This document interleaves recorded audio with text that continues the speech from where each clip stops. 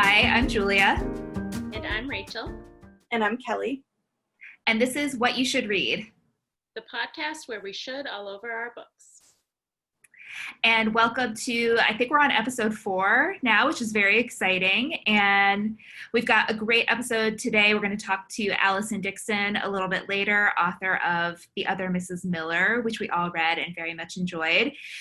But before we kind of jump into the podcast, I think it's really important that we just start off the episode by acknowledging what's been going on in the world today and the murder of George Floyd by police and a slew of other awful incidents. And I just think it's really important that as a podcast, we state unequivocally where we stand and that we support Black Lives Matter. We vehemently oppose racism and police brutality. And we are 3 white women, but we want to make sure that our position is clear on that. And we're going to try to talk about it and uplift Black voices and Black authors, especially on this podcast. So. Yes, absolutely. And on a different but just as unsettling topic, we also want to say that we do not condone or agree with the views of a certain children's fantasy author's statements on Twitter. That definitely was not the first time, but in the past couple of days has resurfaced and reminded us how awful this person is. And we want to say that we also believe that trans lives matter and trans rights are human rights. Yes, we have a full episode planned definitely on Black Lives Matter and Black authors, and we've talked about doing a Pride episode, but we wanted to make very clear right now while this is happening, Black Lives Matter, Black trans lives matter, Black queer lives matter, and we just wanted that to be on the record. Yes. Yeah, absolutely. So with that said, we are going to jump into the episode. And as we start every episode, we like to share what we're reading currently this week. So Kelly, I'll start with you. What are you reading? I'm reading a book called Citizen by Claudia Rankine. I think that's how you say her name. I'm not sure. It's a series of little vignettes, and I wanted to start my diversity reading now. I have a lot of nonfiction and essays and novels, so I'm starting with that one, and I'm starting there today. What's it about? Just like a little it's nonfiction. It's a little series of vignettes. One of the ones I just read, she's talking about Serena Williams and some of the unfair treatment she's received from referees. I don't know tennis.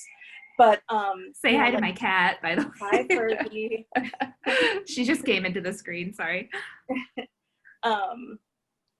And I'm not super well versed in sports or tennis, but obviously I know who Serena Williams is.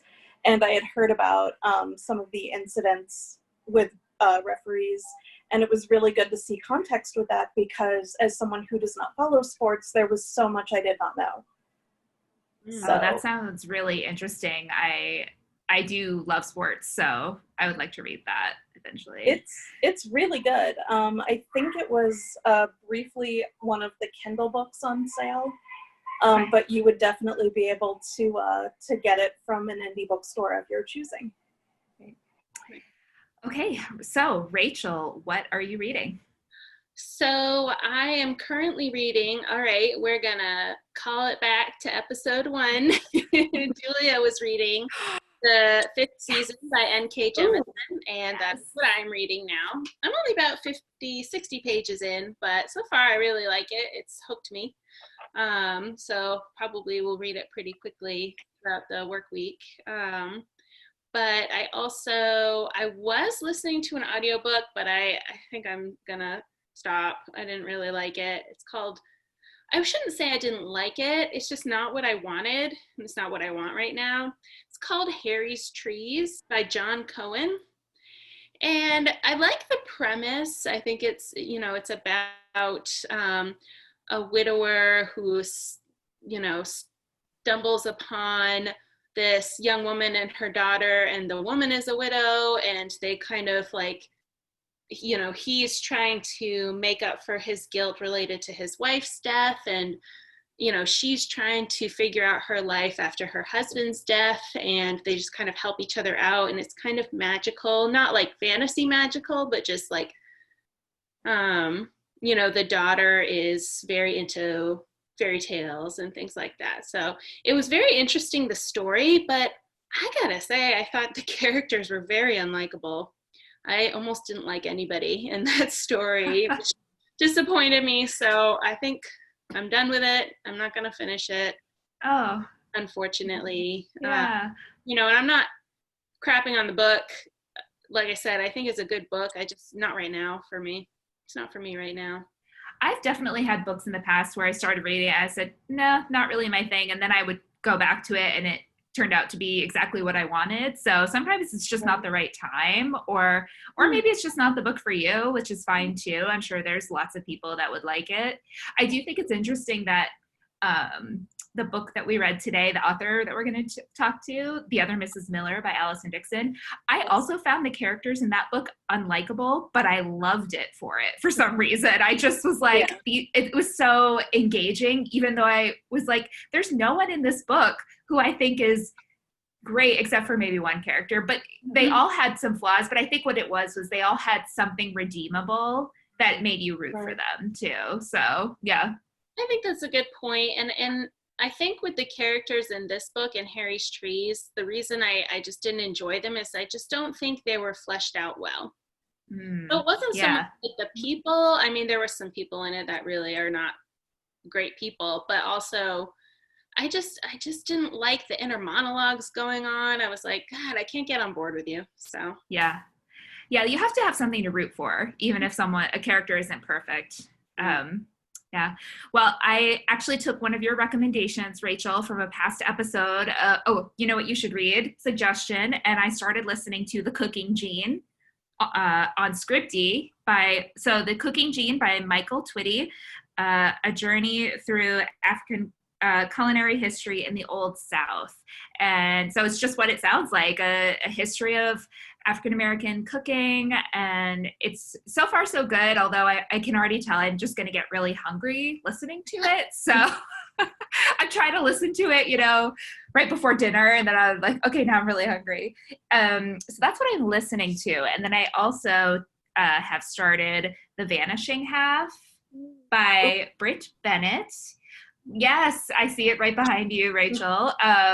For those of you not watching this on YouTube, we all have copies of this book, I think.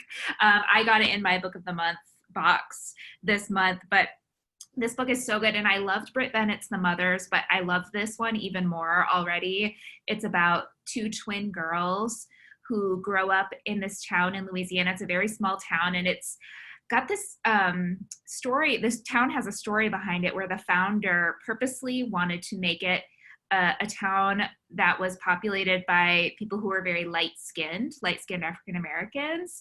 And that was the intent of the town, is they grow up in this town, and then at 16, they run away for, some specific reasons. And sorry, for those of you who aren't watching this on YouTube, my cat is very into being on the podcast today. She just got into the screen again.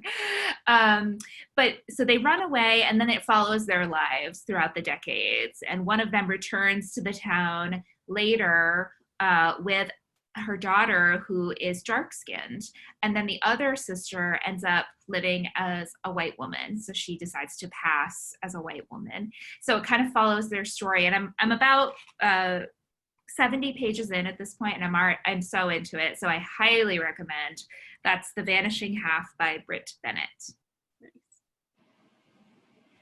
Okay, so in book news, I have a couple pieces. The first and most important is that this is kind of book adjacent news, really, but Just Mercy, which is based on a book by Brian Stevenson, a true story, is free to stream and rent across pretty much every streaming platform, on Amazon, on Vudu, I think Fandango now. A few others are too, Selma, I'm pretty sure. But a bunch of others. So if you want to be better versed in the world, especially the ideas of how we incarcerate people for no reason, which I have not read or seen Just Mercy yet, but that is my understanding. That would be a good place to start. So now you can do that for free. And also my friend and fellow blogger, Melissa Amster, she and one of her friends, they've started a professional editing service called Grapevine Editing, and you can check them out at grapevineediting.com. And I'm hoping she can help me figure out how to throw a sentence together without a ton of ums. I don't know if she can do verbal editing, but I hope so. Please help me. That's great. What do you have, Jules? For book news today, I was following all weekend a new hashtag on Twitter that I think is really important, that I think everyone should check out. It's called Publishing Paid Me.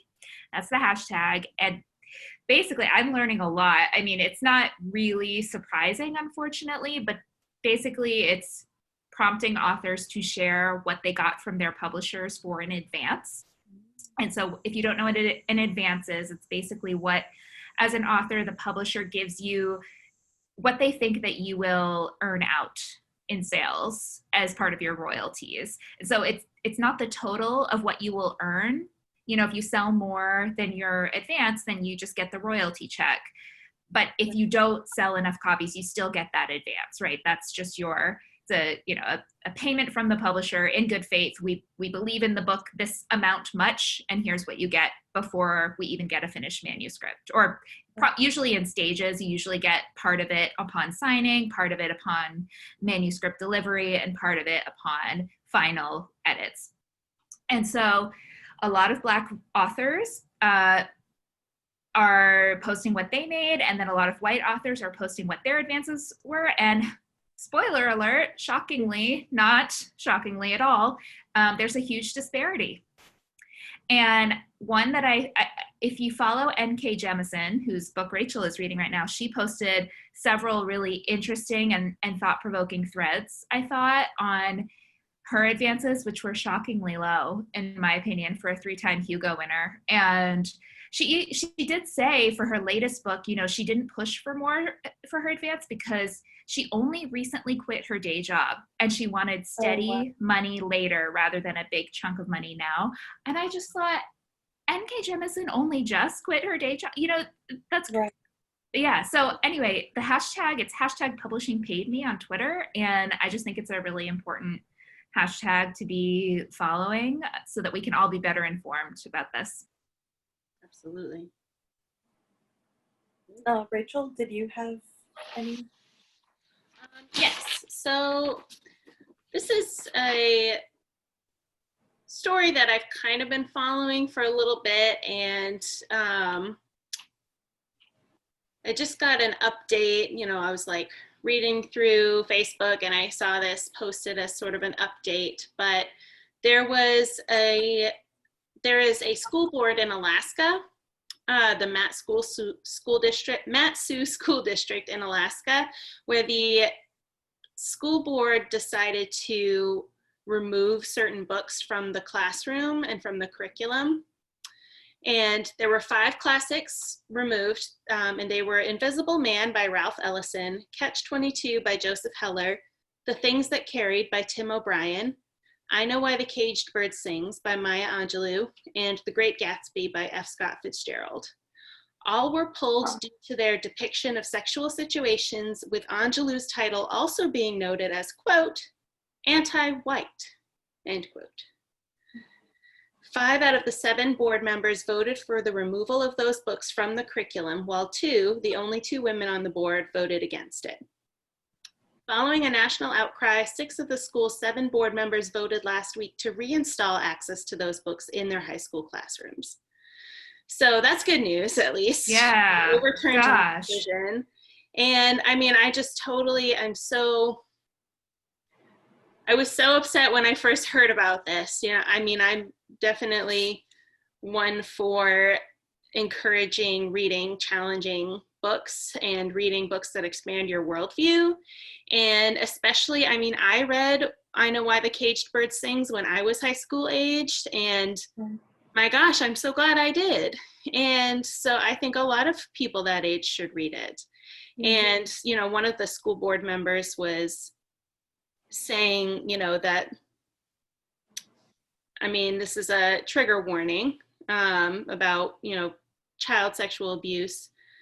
But, you know, one of the school board members, he said he thought that scene where she's abused by her stepfather is a sexual scene. And so one of the other school board members says that is not a sexual scene. That is child abuse. It's abuse, yes. So I'm really glad that the decision was overturned.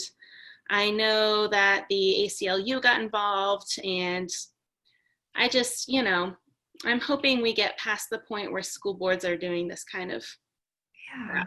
I just can't believe they're still allowed to do that. Right? How is a school board voting on what books can be in a school library? It's outrageous. Ugh.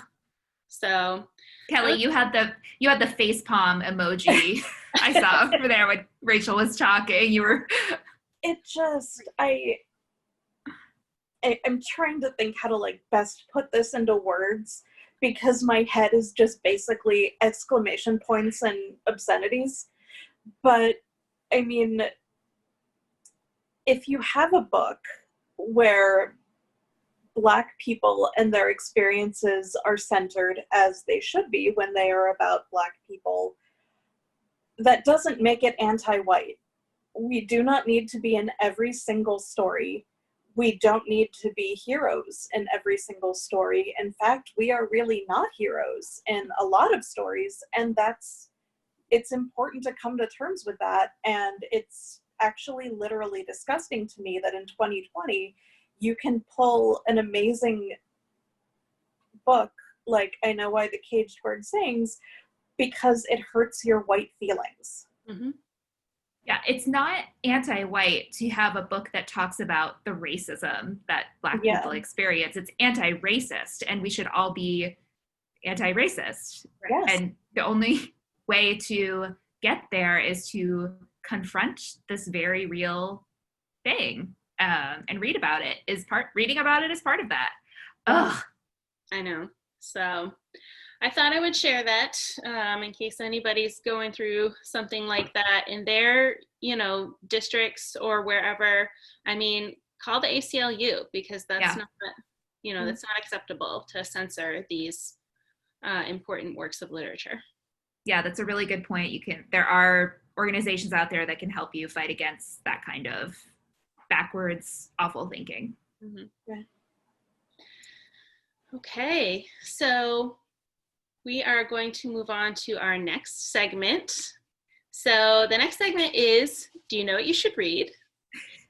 And I have a recommendation for both of you. So Julia and Kelly, do you know what you should read? What? Poison Study by Maria V. Snyder. Have either of you heard of this book? I haven't. So it's about, so it's kind of YA, new adult sort of, and it's set in sort of a medieval style world. And it follows the main character. Her name is Yelena. And it opens on her, she's in the dungeon of the castle and is awaiting sort of an execution, really. And it doesn't tell you really why she's in jail.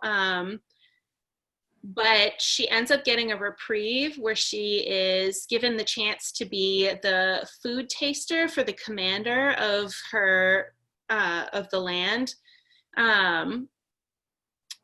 instead of being executed. So she takes the job as food taster, and the catch is that the the chief of security is telling her, okay, I'm going to feed you this poison every day, and you have to, you can take the antidote. If you take an antidote within 72 hours, you won't die. So if you try to run away, you will die before 3 days is done. So basically it forces her to have to stay if she wants to live, because he's the only one who will give her the antidote. So that's the whole beginning, but then it goes on this bonkers, storyline with there's some magic, and there's this whole political and military storyline, and there's a little bit of a slow burn romance that happens over the course of the book, but that's very much in the background, so it's not the full focus of the book. And there are 2 more books in the trilogy, and then I think there's another trilogy that's set in the same world that comes after that, but I don't know if it has the same characters. I've only read the 3: Poison Study, Magic Study, and Fire Study. And what I love about them is the main character is fantastic, first of all. Yelena is great. And like I said, the romance is not the focus. It's sort of in the background. It helps kind of drive the plot, but it's not the plot. And it just follows her through, all these different adventures and travel and saving the world, basically. So I love it. It's so good. So that's Poison Study by Maria V. Snyder. I have heard you talk about that book before, I think, because I remember those 3, the titles of the trilogy. Mm-hmm. So sounds very interesting. Okay. Yeah. Great. I love it. Well, Julie. I have a recommendation for you both. So, Rachel and Kelly, you know what you should read? What? You should read Evicted by Matthew Desmond. Ooh. Have you heard of this book? Heard of it, haven't read it. Same. But I don't have it, so that's a good thing. Yes, well, I can loan you my I can loan you my copy for sure. So this book won the Pulitzer. He won a MacArthur Genius Grant for it. He is a sociologist, and he did I believe, several years long ethnography in Milwaukee, where he lived with and cataloged the experiences of people who were facing eviction, which is coming up again because it's a huge problem in this country anyway, but especially with the coronavirus pandemic, it is really coming up again a lot in the news, and people are worried about being evicted because they can't pay their rent, and it is disproportionately affecting Black and Brown Americans. So in this book, he does an ethnography of people who are facing eviction, and he really breaks down just what the causes of eviction and the effects of it, and how you can never really get ahead. It just creates this domino effect. If you are a single mom and you get evicted, or you get an eviction notice, you have a choice between either showing up to your job or showing up to court. And if you don't show up to court, you're going to get evicted. And if you don't show up to your job, you're going to lose your paycheck, and you still won't be able to pay your rent. So it's this vicious cycle. And he really does an amazing job of breaking down all of that. And it's such a great balance, I think, of narrative and examples from these people's stories and the data, right? He has the data to back it up.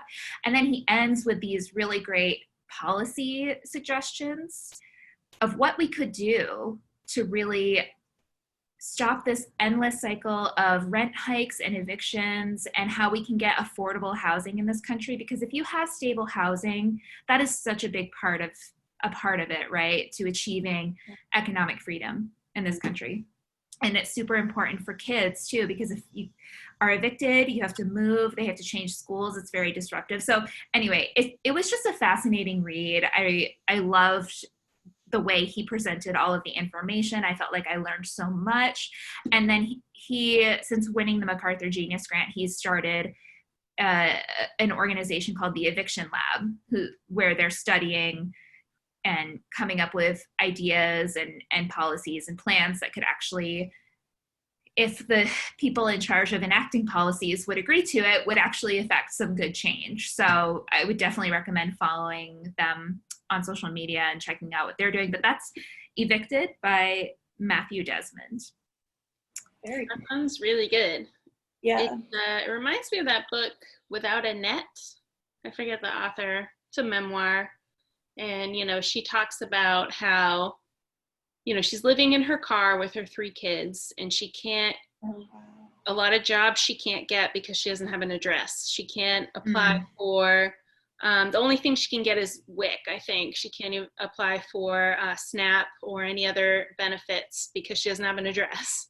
She can't apply for an apartment because she doesn't have an address. And it's just crazy. Yeah. So Kelly, what do you have for a recommendation? Well, I have another one for both of you. So Rachel, Julia, you know what you should read? What? It is a young adult novel called Slay by Brittany Morris. Have you heard of it? Is this the Vampire Slayer one? No. Oh, okay. It is about this teenage girl. She is Black, and she creates this card role-playing game. And it's kind of Black Panther-ish. Wow. And you can only join if you have an invitation. And it is basically for Black people only. And I'm not a gamer. I really do not know most of what she's talking about, but it still sounded like the most fun game. And they would have these cards, like, for example, you would have, say, and I can't remember the exact cards because I read this last year and it's gone, but it would be something like you could have a Beyonce card and then you could just, like, basically fabulous your way into winning the fight. And oh, I have to read this. It's so great. And so good. But what happens is you think, like, oh, this is really cool. But the game starts to become more popular. Nobody knows who created it. Of course, they think it's like an older Black man. Nobody thinks it could possibly be this, like, teenage girl. But there is a murder in her town related to a dispute on the game. So all of a sudden, everybody's talking about it. And some complete jerk of a troll decides that he's going to sue her because it's anti-white and it's discriminatory and he wants to play this game and he can't because it's for Black people. So there's all this stuff going on, but it's also just a complete fun read. And I can't wait for Brittany Morris to do something else. I don't think she's released another book, but I could be wrong. Oh, she probably will. Because I'd like to read another one. That sounds so much fun. Yeah, it really is. Awesome. Great. Well, great recommendation. Thank you. So we're going to take a quick break. And when we come back, we're going to talk to Allison Dickson, who is the author of the new domestic thriller, The Other Mrs. Miller. So we're going to take a quick break and then we'll come right back. Hi, and welcome back to the What You Should Read podcast. And we are joined now with a special guest. Welcome, Allison Dickson, Hello. author. Thank you for joining us today on the podcast. Allison's book, The Other Mrs. Miller, is out today in paperback, June 9th. When this podcast drops, and we all read it and loved it, so we're super excited to talk to Allison today. So hello, Allison, thank you for being here. Hello, thank you so much for having me. I'm looking forward to trying to remember how to talk about this book again, because it's been a little bit because like between the hardback and the paperback release, but it feels good to be doing writerly things again. So Yeah, and well, I'm sure, especially during the quarantine and the shutdown, it must feel good to get back to normalcy in some way. Absolutely, yeah. I had a lot of plans that were about to happen right when all that started, and it just kind of everything went away. So this is nice. So when Kelly mentioned coming on here, I leaped at it because it's been a while since I've gotten to do any kind of author-related event. So. Well, we're so thrilled that we're your first foray back into it. Yes. So thank you. Absolutely. Yeah. Well, before we had you jump on the podcast, the three of us had a just a brief discussion about a certain children's fantasy author's tweets, She Who Must Not Be Named. Yes, that's a good name for her. Yeah, I think Rachel, you saw that on Twitter. Someone, so I can't take credit for it, but so we were just saying how disappointed we are in her posts, and I noticed that you tweeted about the situation as well. So I just wondered if we could get your thoughts on the situation. Yeah, I remember when she first started going down Turf Lane a few months back, or maybe it was back in December or somewhere around then. And she went quiet for a while. And I'm thinking, oh, maybe she's retreating and learning and becoming a little less stupid And so then I saw a screenshot of that infamous tweet about like she belittled the people who menstruate label or classification, and was mocking it. And I said, oh no, here we go. And so I went to her Twitter feed and I saw a double down, a triple down, a quadruple down, and I said, she's done. Yep. And I said my main thought on it, I have a lot of thoughts on it, because my kids grew up loving Harry Potter, but are also LGBT, and found a lot of identity and a lot of safety within that world growing up. And so they are hurt and angry. But ultimately, I branded her as the Orson Scott Card of the millennials, because I just think when you read an amazing story and you find out the creator is awful, and it's actually in a lot of ways the opposite of the ideology they had in the story. It's like, how are these people the same? I don't get it. But I identify with that disappointment in a big way. And I think a lot of people, every generation, it always seems like there's always at least one or two where their big idol turns out to be not great. So, but this is pretty huge because she's huge. She is. Yeah. She's a billionaire. I mean, she built a billionaire empire off of this world that she created. And but then people have also pointed out a lot of the other problems that kind of exist in that world, the how it was handled with slavery and the Dobby situation, how that was handled, or the goblin bankers, and some very light bits of anti-Semitism and other things in there. And I totally get that. I would almost say, like, again, that maybe that could be under the umbrella of the sort of privileged white lady problem, that she just was clueless about it, that I think a lot of people are clueless about. But this is completely different from that.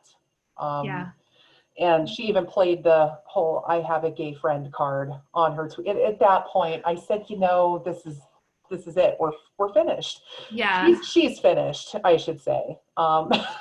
She certainly should be. And you're right. There were so many themes in her books that were about accepting people and being okay with people who are different from you and not being prejudiced against them. But you're right, there were these little themes kind of hidden almost, not really, but once you start peeling back the layers, there were some problematic things, and now she's just shown her true colors, I think. And she's doubling down on it. Every opportunity to say, trans women are women. Why is this so hard for you to say? Or why is this so hard for you to embrace? And I find it particularly sad because of the fact that on the surface, Harry Potter is very much, seems to be something that kids find that identity in, growing up, or if you feel different or you feel outcast. And there's some very beautiful elements of that world and that story that have now, that she's unfortunately kind of ruined, I think. I don't know if I had young kids now, because my kids are 17 and 18 now. If I had young kids now, I probably wouldn't introduce them to it. And that's sad. I remember when I discovered it, I was in my mid-20s and I felt transported by Yeah. it. It completely just blew me away. I felt like a kid again, and she made me feel like a kid again, and it was wonderful. Yeah. I remember when I cracked open the first book, and I'm 25, 26 years old. I cracked open that first book and I started reading. I didn't sleep that whole night. I read it all the way through and then read the other three in quick succession, went out to the bookstore, bought everything because it was right before Deathly Hallows came out. And then I only had to wait a month for Deathly Hallows. And as soon as that showed up, I read that all the way through immediately. I was obsessed. Yeah. So I kind of felt like Rob too, a little bit. Like Oh, my yeah. rediscovery of childhood was, taken. I hate to say it ruined my childhood. I hate that phrase a little bit, but she kind of did. I think a lot of people feel that way. I think when you feel betrayed by the creator, it is a ruining versus maybe if like the creator themselves, like if the creator turns out to be a turf racist Nazi person versus like, oh, they made a creative decision that I don't agree with. That doesn't necessarily ruin my childhood, but you don't feel as good about returning to it. Right. You know that the creator is a piece of garbage. So sorry, I don't mean to say. I officially put her on the trash heap. That is my. Yeah, I think we have a lot of feelings about it too. I think we're gonna maybe do a whole episode later on about it. But yeah, we just because it's so raw, I think we wanted to process it a little bit more. So, but thank you for. Yeah, absolutely. I'm happy to join in and overspill my emotions onto it. So it is disillusioning when somebody that you think is Professor McGonagall is actually Dolores Umbridge or Draco Malfoy's dad. Yes. Oh my God. Absolutely. And yeah, when you do your episode, I'm sure, because it is one of those things that once you start peeling back so many layers of the things that made Rowling feel the way that she does about trans people are feeding into a lot of the other problems I think that are in it. I think that creating this whole problematic picture. But the problem is that I think we're all problematic or have been problematic in some way, and we have had that pointed out to us by good people or people that care about us enough to say, hey, I'm trying to rescue you from being a douchebag, and you go, oh God, thank you for telling me. It's almost like someone tells you have something in your teeth or toilet paper on your shoe. It just happened to me the other day, in fact, that I, said something I didn't realize was a shitty thing to say, and had a good friend just message me on the side like, hey, this isn't, and I'm like, oh my God, that's not what I meant, but oh my God, thank you. I'm going to take this down and I'm going to, so moments when you know like better, that. you do better. But Jo, she's been told by millions of people. But she's got a gay friend that said she was right, and by God. That doesn't absolve you. Well, I think we should move on though to things that are less awful and in fact wonderful, which is your book, the Other Mrs. Miller. Thank you. So first of all, obviously one of the things we really like to do here, as Julia said, is talk about the books we love and the authors we love, which I wish I could forward you our text chain about this book, because it was like exclamation points and like exploding head emojis and bonkers exclamation point. What are you currently reading? Oh, that's a very good question. I just wrapped up. I just wrapped up Stephen King's latest anthology, If It Bleeds, which I loved quite a bit. And then I have something on. What am I looking at on Audible right now? Because I listen to a lot of audiobooks, which is honestly how I get through reading anything anymore. When I've been working. I hear you. So Audible has saved my life. Wanderers by Chuck Wendig. I was just reading In Hoffa's Shadow. I sometimes dip into nonfiction. So I was reading I kind of went through a bit of a trying to learn about Jimmy Hoffa phase. I'm a bit all over the place with my reading. Such a Fun Age by Kylie Reed. That's actually a big highlight for me. Love that book. loved that book. Yep. And it's beautifully narrated. The voice, the narrator did such a great job. And she's a fellow Putnam author as well. She's just exploded with this book, and I am just thrilled because it made me laugh out loud, but it also just made me angry in the right way. And it opened my eyes in a lot of ways too. It's a very nuanced, funny, fun, and poignant book. So highly recommend that. So, but I think that's mostly, oh yeah, and I have a lot of books going at once. I just finished Caitlin Dowdy. She writes, she does the Ask a Mortician YouTube channel, and she's this fantastic sort of believes in death positivity and trying to get rid of taboos around death. And she has a whole bunch of, like she has 3 books out. And I just finished her latest one, Will My Cat Eat My Eyeballs?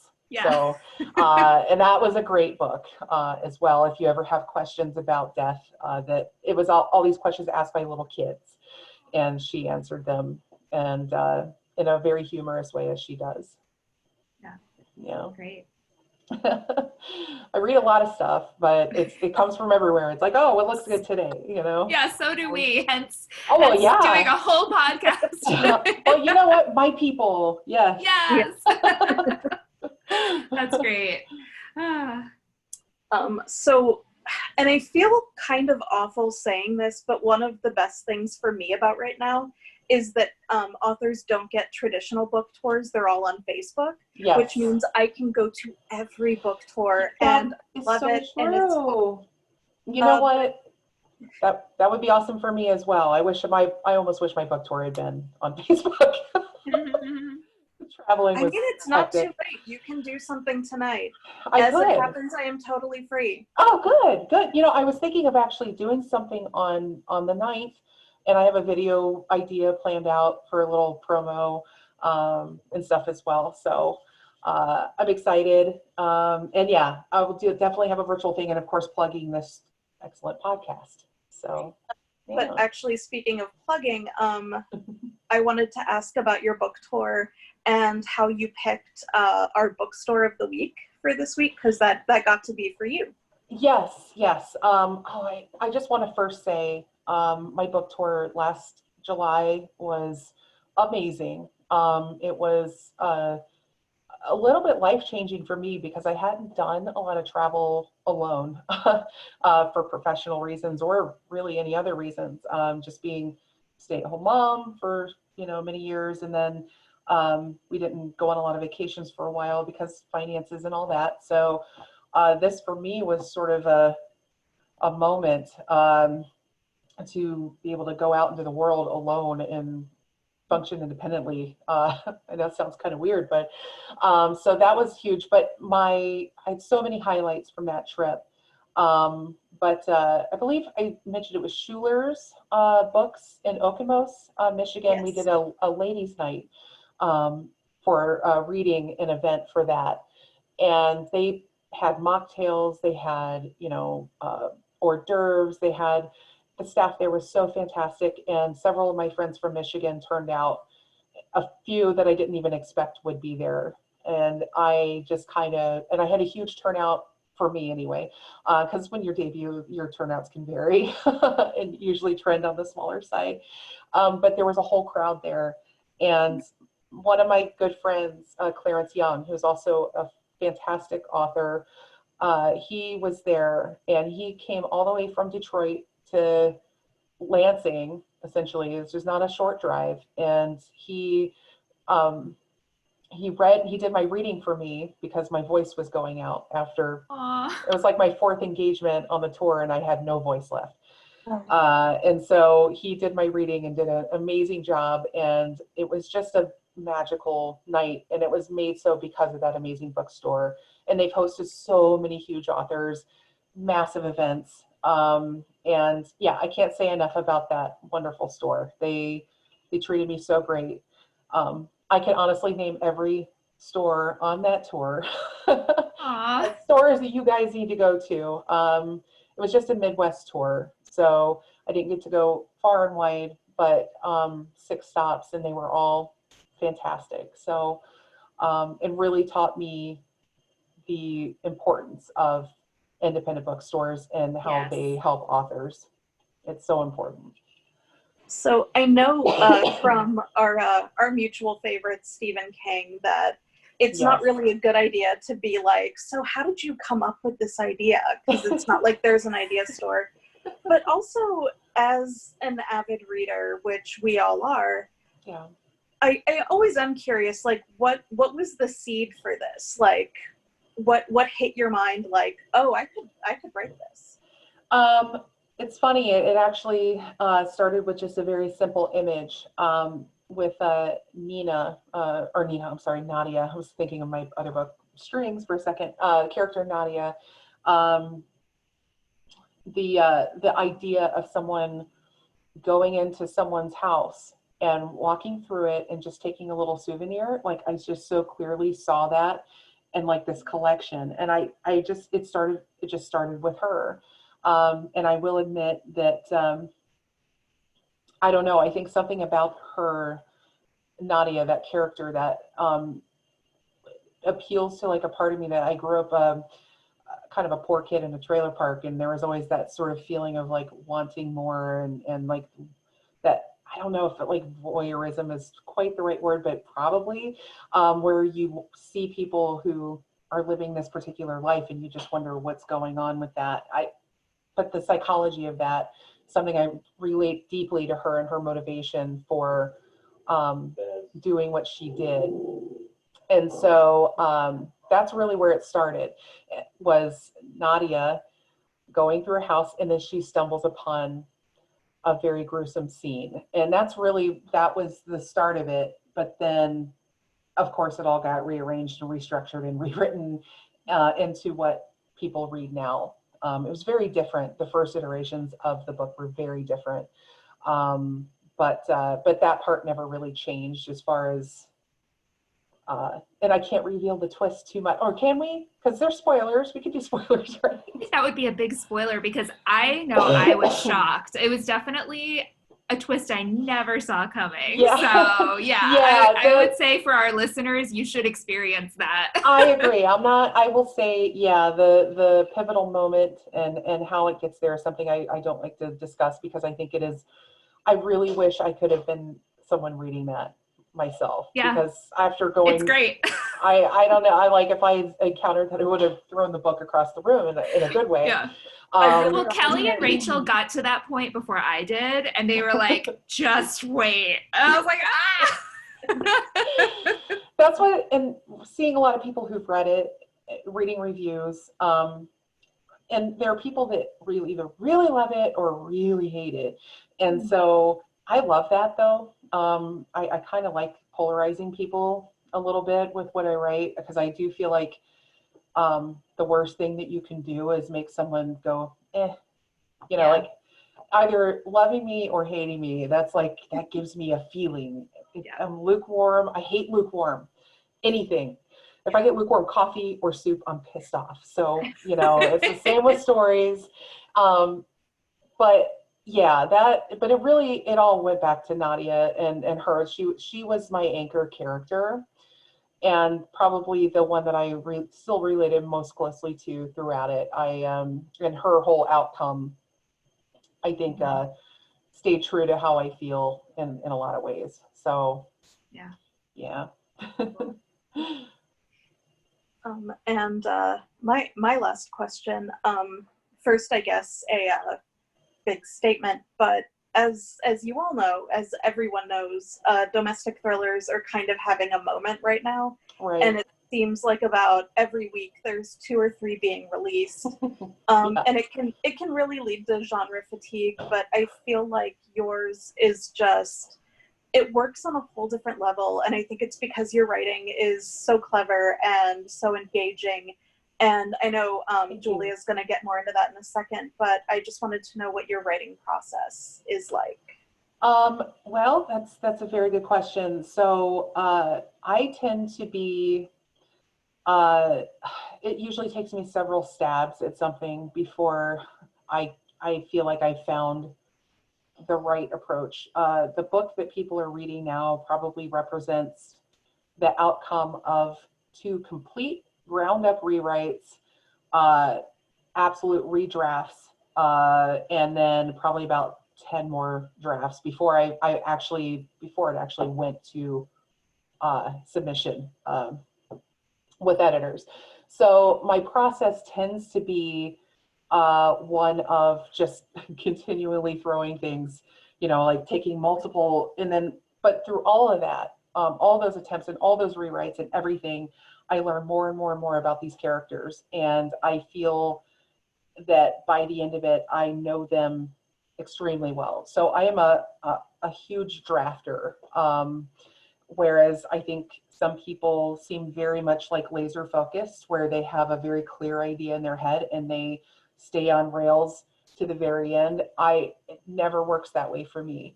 And then also what I tend to do is I'm a very light drafter. So my first drafts are very, well, they're not short, but I will say, for instance, the draft that sold to Putnam was 68,000 words.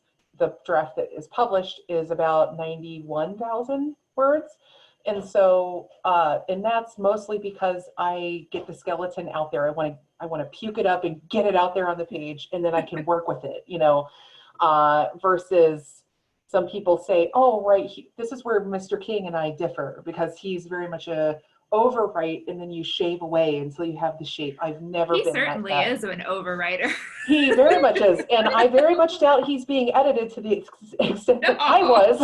It's a 2,000-page manuscript. Yeah, I can't imagine. I have never written a book that was over 100,000 words.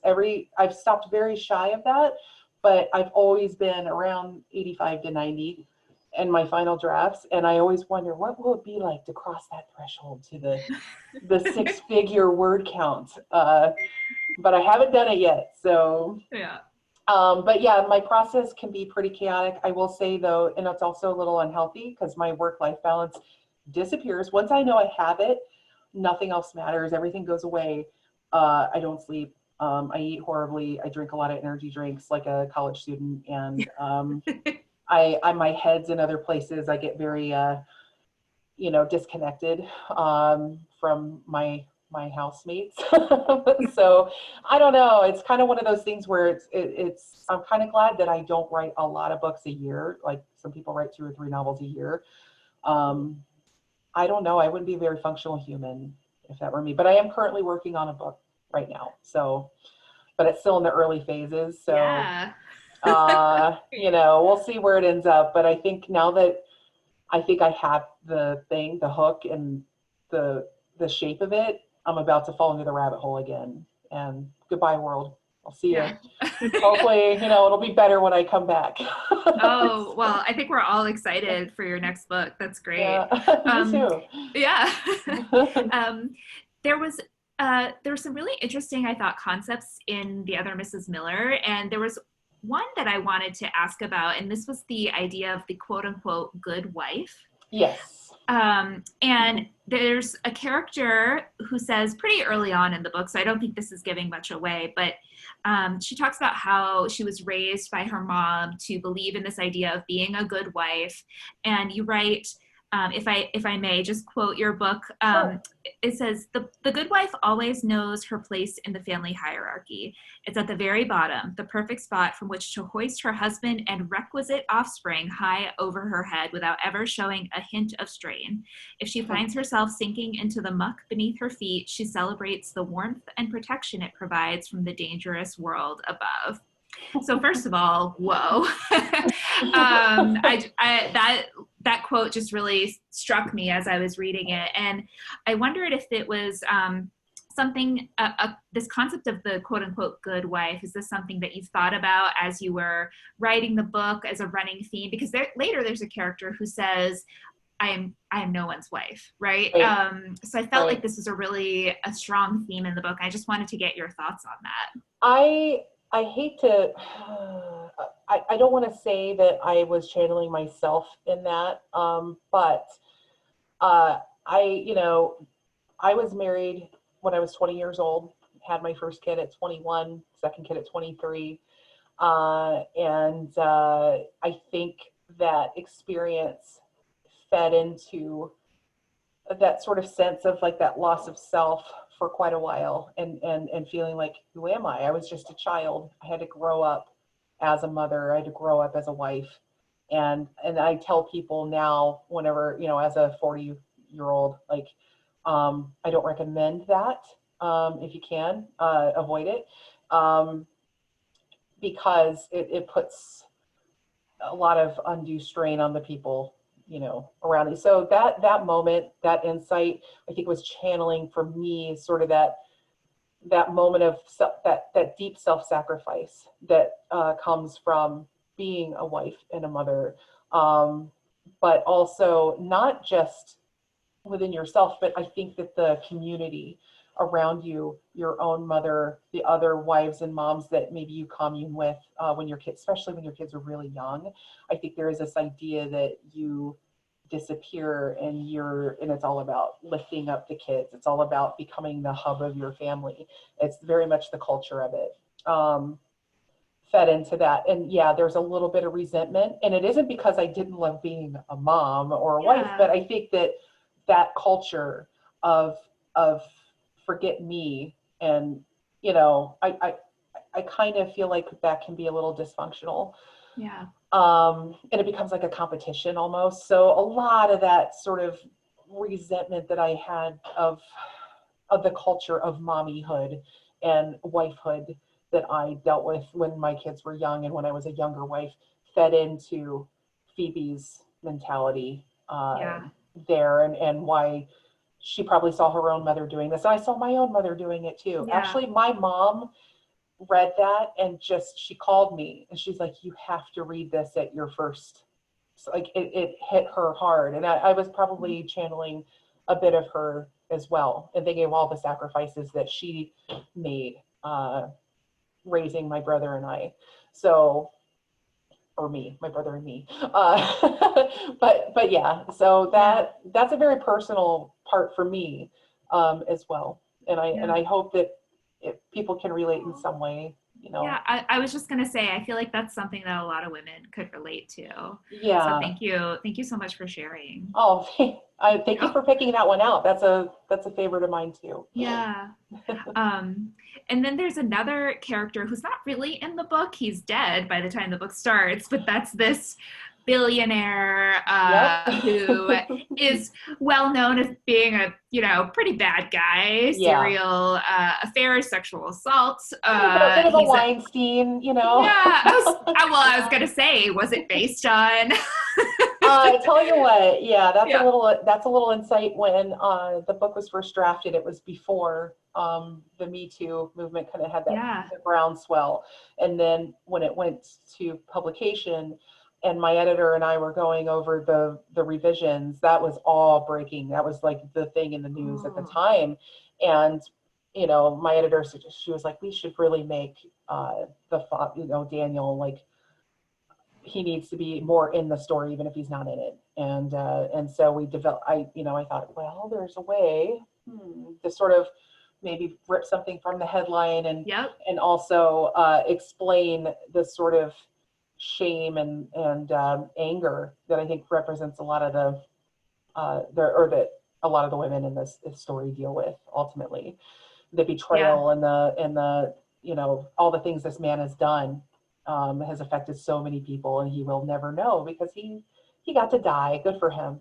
Right. And it's like, and then his daughter, you're right, internalizes that shame, right? Absolutely. And I feel like that happens all the time. And it's just like, this book is so timely, unfortunately. And I actually loved in some way, unfortunately, that I had that opportunity to do it, but I'm glad as well, because I think the story needed that contemporary tie-in. In some way. I love stories that kind of do remind me in some way. I will say the publishers can sometimes be a little like, well, let's not get too political, because we want, like, especially with domestic thriller and maybe romance to a certain extent, and some of these other suspense genres, they kind of want to provide escapism for the reader. but you can't escape too much. Otherwise, it doesn't feel like contemporary. It feels like fantasy. So you got to be careful of that. Yeah, for sure. Yeah. I love hearing about, your writing process and everything. And I love the fact that you said you're working on something new. So I can't wait for, Yeah, me too. And you mentioned you're a Stephen King fan, which is Yes. great. What are some other authors that either inspire you or that you kind of look up to with your writing? Oh, very good question. So the main author who is responsible for me actually writing thriller genre at all now, because I started out as a horror author and sci-fi, is Gillian Flynn. And I read Gone Girl the year it came out. Actually, a good friend of mine sent me a copy. She read it and sent it to me and said, "You're not going to believe this book. This is the craziest book you've ever read." And she was correct. And I was already tracking in that direction, reading a book, or I wrote a book called Strings that is a contemporary horror story without any real or supernatural elements. It's very much a kind of a crime, violent, but it's visceral enough that it qualifies as horror. And that told me, like, I like writing in the realistic world. And I'm like, I found my home there. And then I read Gone Girl, and then I found her other books and read those immediately as well. Excuse me. And that put me on the track. And so I immediately started writing a book that sort of has mystery elements with a lot of family interdrama, and has kind of a Southern Gothic vibe. And I was really proud of it. And I said, well, and I like, this is going to be the one that, I hope I can sell and get an agent with. And so I said, I'm going to query Gillian Flynn's agent, see what happens. Oh, smart. She got back to me a few days later, signed me a week later, and she's my agent. And so wow, it was crazy. Okay, so that I went off track, but I just want to say Gillian Flynn's influence on my life is very real, and I've never met her, but because her agent is my agent, I get the tea sometimes. Like, because I was talking to her, I said, what's Gillian doing? Like, she write a book. And, Stephanie, the agent, she'll be like, yeah, she's finally back because she's on doing TV stuff now. And, she's a big shot working with David Fincher. And, I'm like, God, but if there's a new book in the works, you'll know. Yeah. And you have to give us a heads up. I will. Like, sorry if you all are listening to this, Stephanie or Gillian, but no. They're not. Exactly. They're not. But, that's why I'm going to get away with it. I'm going to give you guys the heads up. But no, Gillian was a huge, huge influence. I think that's when I finally learned that it's okay for women in books to be bad. Because I felt like there was always this thing of where they had to be virtuous in some way still. And like, we were the conscience, we were the nurturers, we're the moms, we're the, we bring it all together in the end because the men are terrible, and they are. I mean, we're not letting the men off the hook here. But she changed everything and let me know what was possible. And I think that's the best thing an author can do for people who are wanting to tell stories, is they can tell you it's okay, you can do this. So she was a huge, huge influence on me. I also, so then I started branching off into more people in the suspense genres as well. So, oh God, I'm going to start mind blanking on names here. You might have to help me out. Okay. Who wrote An Anonymous Girl? It was the Hendricks. It's two authors. It's co-authored. Greer Hendricks and Sarah Cannon. Yes. That's right. Okay. It's like, I know Kelly will know. Yeah. Thank you so much. So yeah, I read both of theirs. I'm blanking on so many authors here because there are so freaking many that I adore. Yeah. And my reading taste just kind of like, I'm like going from one lily pad to the other. But I found myself segueing more into reading books written by women because I grew up reading nothing but men. Which I think it was sort of the default for a long time. Was like most of them are men unless you want to read romance, and then that's where the women are. And so then I started finding like, oh my God, women are telling these badass stories. Tana French, I read a lot of her for a while too. She's fantastic. Even if sometimes she stretches the bounds for me, I will say I did get a little inspiration from her book, The Likeness, because it deals with right. I can't even say, but if you know what I'm talking about, I Yeah. don't, spoilers. Oh God, Lauren Bukes, she's another fantastic, although she's definitely in the horror genre, but I love seeing women tell these badass stories, like about badass or bad people. And it tells me that, we're breaking some conventions here, that women can only tell a certain type of story, that we tell romance, or we tell stories about, and by the way, I am not disparaging YA at all. Love it. Love young adult. But I do feel like women dominate that genre for a reason. And again, it is like, because we have that maternal and we have that understanding, we raise our kids, and we're seen as having this keener understanding of young people and getting in their minds because we raise them. And so I think there is something to do with that. But again, it's nice to see women writing crime. Oh, Karen Slaughter, she's grosser than me. Like, she tells horrifying stories and they disturb the hell out of me. And that takes a lot. So she's another one that I'm like, what? Who told her she could get away with this? Oh my God, this is so, but at the same time, I love her because she is so sick. So, so yeah, that all feeds in. So many great authors though, I could talk at length, so. That's great. Thanks for sharing. Yeah, that was a long answer. So we're going to be here a while because I don't shut up. So.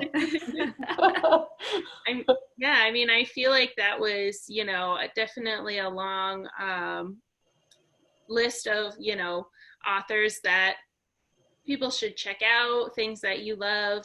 But we also always like to ask our guests to recommend something specific for us to read. So what should we read? Well, you're going to have to wait a few more weeks, but because the number one book on my radar right now that I cannot wait to get my hands on is Blacktop Wasteland by S.A. Cosby, Sean Cosby. He is blowing up right now. Such a good guy. He's a friend. I actually met him last year in New York City. I was out there for Thriller Fest and met him and a few other great friends in this little trashy Irish bar. We just kind of gathered, and I hadn't met him before. And he just and then he told me he had a book coming out a year basically from the day that The Other Mrs. Miller was coming out. Because when I was in New York, my book was coming out in 2 days. And then he was like, well, mine will be out the same time next year. And I was like, awesome. And I've been watching the reviews coming in and the blurbs and the press that he's getting. And I hate what's happening in this world right now with this virus, because that guy should be out there on every channel, every station. He should be crossing the country on tour. And I just hope that he still gets sales out the butt, because he is a very talented guy. So I'm hoping that one's on the top of the radar for you all right now. And also, oh my God, I forgot to mention someone else that I fangirl over. She has, oh my God, Lane Fargo. She wrote Temper. Oh my God, that book. Okay. That came out last year, or the year, I think it was early last year. Um, Sick, amazing. It's like Black Swan. Oh. It's a lot like Black Swan, okay, like the Oh. movie, but ooh, it's juicy. It is like, oh, I can't say enough about that book. But her new book, They Never Learn, is coming out in October, and I just got an advanced reader copy because I begged her. I said, listen, I don't know if my blurb is worth anything to you, but please, God, pull some strings and get me a copy of that book because she is so good. She writes a lot of like just about dark people, and it's very queer friendly, and it is just sexy and like I can't say enough about her.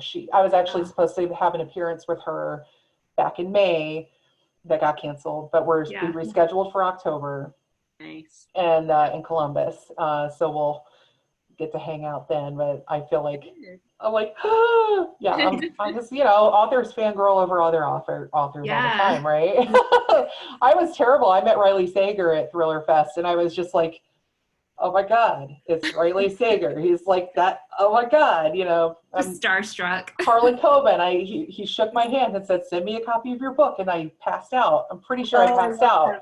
So Harlan Coben is one of the friendliest men ever, and one of the hugest men. Physically, he's massive, and I am massive. He made me feel small, so maybe that's why I love him. He let me feel small for a second. So. Oh, those are great recommendations, and I hope we can get these authors out on tour again. But in the meantime, luckily we have social media and everything to get the word out. Yes. Speaking of which, before we say goodbye, we'd love for you to let us know and let our audience know where can they follow you, where can they find you online. Oh my gosh. Okay, so I'm on Twitter a lot. My tag is Miss Allie D, all one word, MSALLIED. I'm also on Facebook, but mostly just as a personal page. Unless I know you, I'm not going to friend you. That's kind of my thing. I'm also on Instagram as Allison M. Dickson. And but those are my two most active. I have a website, AllisonMDickson.com. I don't update it as much as I should, much to my marketing people's chagrin. Sorry. I'm terrible at that, but yeah, Twitter and Instagram is where you're going to find me the most. And I am looking to getting a vlog going sometime later this year, so be on the lookout for that. But you'll find announcements for that on Twitter.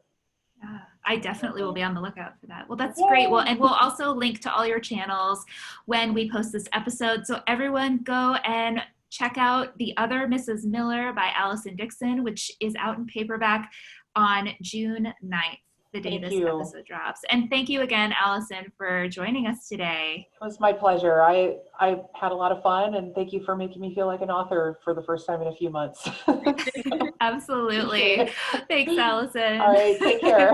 Take care. All right, bye-bye. Okay, and that was our show. Want to just say thank you once more to Allison Dickson for joining us. Don't forget to pick up a copy of her book, The Other Mrs. Miller, and follow us on our social media platforms. We are at WYSR_podcast on Instagram and Twitter, and we are on Goodreads. Check us out.